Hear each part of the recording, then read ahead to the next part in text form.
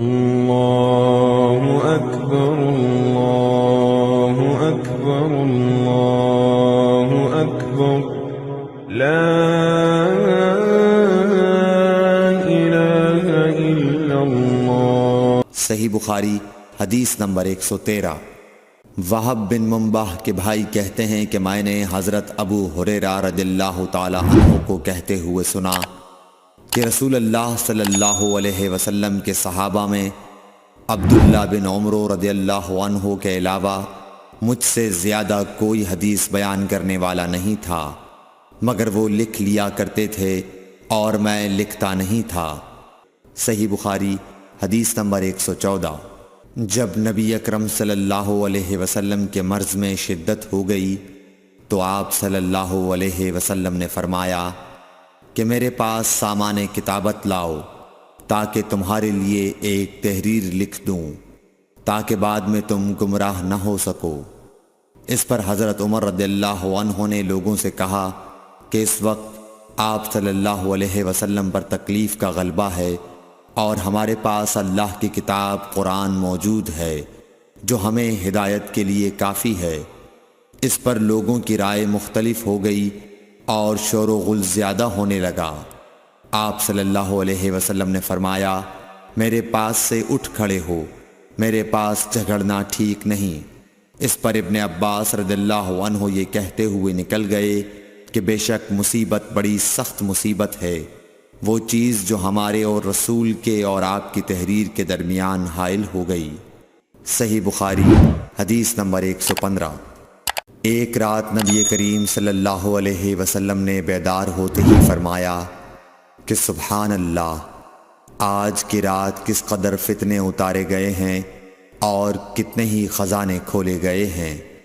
ان حجرے والیوں کو جگاؤ کیونکہ بہت سی عورتیں جو دنیا میں باریک کپڑا پہننے والی ہیں وہ آخرت میں ننگی ہوں گی۔ صحیح بخاری حدیث نمبر 116۔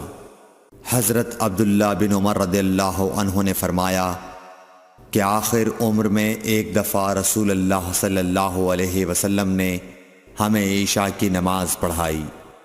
جب آپ نے سلام پھیرا تو کھڑے ہو گئے اور فرمایا کہ تمہاری آج کی رات وہ ہے کہ اس رات سے 100 برس کے آخر تک کوئی شخص جو زمین پر ہے وہ باقی نہیں رہے گا۔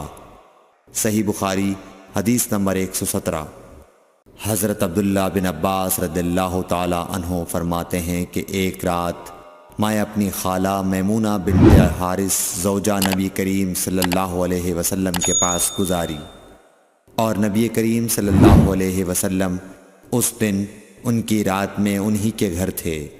آپ صلی اللہ علیہ وسلم نے عشاء کی نماز مسجد میں پڑھی، پھر گھر تشریف لائے اور 4 رکعت نماز نفل پڑھ کر آپ سو گئے۔ پھر اٹھے اور فرمایا کہ ابھی تک یہ لڑکا سو رہا ہے یا اسی جیسا لفظ فرمایا۔ پھر آپ نماز پڑھنے کھڑے ہو گئے اور میں بھی وضو کر کے آپ کی بائیں جانب کھڑا ہو گیا تو آپ صلی اللہ علیہ وسلم نے مجھے دائیں جانب کھڑا کر لیا۔ تب آپ نے 5 رکعت پڑھیں، پھر 2 پڑھیں، پھر آپ سو گئے یہاں تک کہ میں نے آپ کے خراٹے کی آواز سنی، پھر آپ کھڑے ہو کر نماز کے لیے باہر تشریف لے آئے۔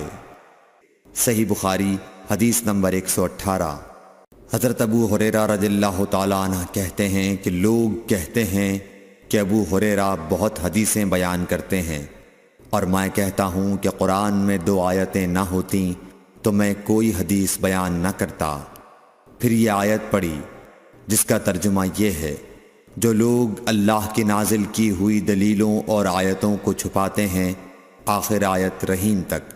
واقعہ یہ ہے کہ ہمارے مہاجرین بھائی تو بازار کی خرید و فروخت میں لگے رہتے تھے اور انصار بھائی اپنی جائیدادوں میں مشغول رہتے، اور ابو ہریرہ رسول اللہ صلی اللہ علیہ وسلم کے ساتھ جی بھر کر رہتا تاکہ آپ کی رفاقت میں شکم پوری سے بھی بے فکری رہے، اور ان مجلسوں میں حاضر رہتا جن مجلسوں میں دوسرے حاضر نہ ہوتے، اور وہ باتیں محفوظ رکھتا جو دوسرے محفوظ نہیں رکھ سکتے تھے۔